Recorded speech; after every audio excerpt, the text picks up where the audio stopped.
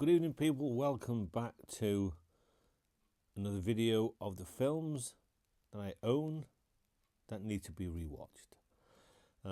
This is over the last week or so. We'll get straight into it with a film called Seconds, a John Frankenheimer film from 1966, all about an unhappy middle-aged banker who decides to undergo a procedure and his life will change dramatically, only it's not quite what he thinks it'll be. And back in the day, this was recommended to me by a few people. Oh, it's great, it's this or that. I like the beginning before he has the procedure. I like towards the end. There's a stuff in the middle I don't care for in any way. I can't say it's a bad film. It's like a science fiction type film, but I'll give it a few watches over the years. It's probably one I've watched the most over the years, but it does really not a lot for me, to be honest. So that's Seconds. Then from 2013, Enemy. A man seeks out his exact lookalike after seeing him in a film. Yeah, Jake Gyllenhaal plays a guy. One of his colleagues recommends a film. He watches it, and there is an exact carbon copy, a guy that looks just like him. So when he delves into it, who is he, and all that kind of stuff. It's a good film. I've never thought Jake Jellyballs to be like grade A-list type of actor. He's a very good actor and very watchable, and it's him that makes me continue watching this as opposed to switching it off. I've seen it twice. It's got a lot of spiders in it. A well-made film, but probably twice is maybe enough. Then we have a film called Day of the Outlaw, which is all set in this little town. Outlaws come in, they hold up this place, they're nasty, they're horrible. Their leader keeps them in check. They won't molest your women unless I say so.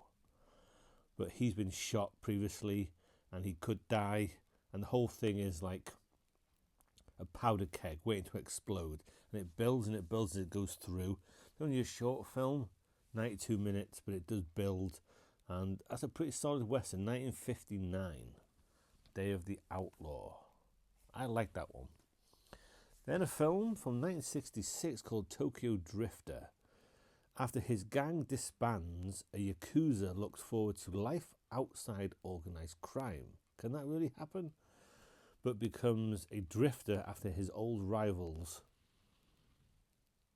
something to assassinate him. His old rivals want to kill him. What does that even say? I don't know what it says, but his old rivals want to assassinate him. Now, I've seen this once before and I zoned out pretty quickly. This time I put it on, pay attention, watch it, and within 20 minutes I zoned out again. So this film's not for me. So I probably won't be keeping that one for any length of time. Then from 1965, The Skull. Peter Cushing, Christopher Lee. Not in a great deal, doesn't do an awful lot, but Peter Cushing's the main guy.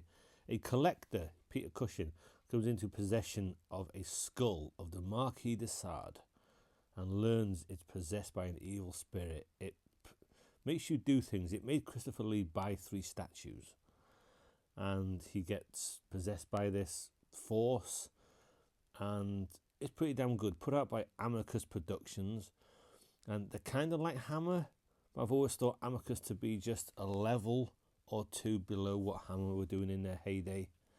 But still, there's quite a few Amicus films that I do like, but I say the best of Amicus doesn't better the best of Hammer. Maybe the best of Amicus beats Hammer when they get into the 70s, maybe. But yeah, Peter Cushing's great. The look of the film, the last quarter of an hour, 20 minutes, there's hardly any dialogue. But I remember not liking this, but I really did like it. I really did. That was a fine watch. And last but not least is a film I'd seen once before, and all I remembered was a boat in a tree, and Matthew McConaughey comes out of it. But 2 boys, they go to this island. That they've got a little house, a little tree house. They have a boat. But Matthew McConaughey's there. They form a pact with him to help him. What's the actual synopsis? What's it actually say about it? Let's look what it says. Two young boys encounter a fugitive and form a pact to help him evade vigilantes that are on his trail and to reunite him with his love. True love. Reese Witherspoon. All I remembered though was the boat in the tree. There's a lot more to it. The two lead kids, the leads teens, are they? I didn't mind them. I like the scenery. I like the little town they were in. Pretty solid film. There's a lot more to it than what I remembered. That doesn't say a great deal for me because I go from one room to another and I forget why I'm there. But that was a pleasant surprise. IMDb give it a 7.4. I'd give that a 7 out of a 10. I enjoyed that. I can watch that again from 2012, Mud. Alright, so we're not quite finished yet.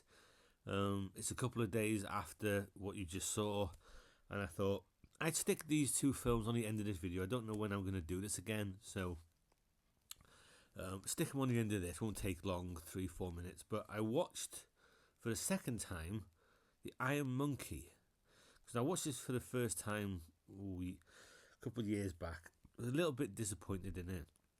It's a martial artist / doctor. It's like a Robin Hood. Steals from the corrupt authorities as a masked thief to give to the poor, while another martial artist / doctor, can you believe it? Two doctors that are also martial artists, is forced to hunt him down, but a major threat unites them as a powerful and traitorous Shaolin monk takes over the authorities. Yeah, you got this guy dresses up, here he is, calls himself the Iron Monkey, goes around beating people up and everything I just said. Donnie Yen comes to town, he fights the Iron Monkey, he teams up with the Iron Monkey. I like it. The action, the martial arts is phenomenal. It really is. You have a sound effect whenever you do a move, like the old kung fu films. Like, I'm not a fan of that. You don't have to have like a bird hitting the window sound when someone punches you. And there's a little bit of wire work. It's a fantasy world maybe, but still I'm not a fan of defying gravity when someone kicks someone and they'll spin. You can quite clearly see that they're on a wire, and there's a big scene at the end when they're fighting on poles, and you know that they're on a wire there. I don't like that. I don't like Crouching Tiger, Hidden Dragon because of the wire work, like people dancing on leaves. That's not for me. But it's not too bad in this. At least the second time around, I didn't find it too bad. And Donnie Yen is fucking awesome. Whatever he's in, Donnie Yen's amazing. So it's a good film. I do enjoy it. Now this one is from 1972. That was from 1993. This is from 1972, 73, 72. Silent Running. Watched this for the first time years ago. Was thoroughly underwhelmed by it. But in a future where all flora are extinct on Earth, an astronaut is given orders to destroy the last of Earth's planet samples kept in a greenhouse aboard a spacecraft. These big massive greenhouses floating in space to grow plants and stuff. Bruce Dern is in it along with other people, but pretty quickly Bruce Dern will become the sole person in this film. And I got nothing against Bruce Dern. I enjoy watching him. I do, and no problem with him.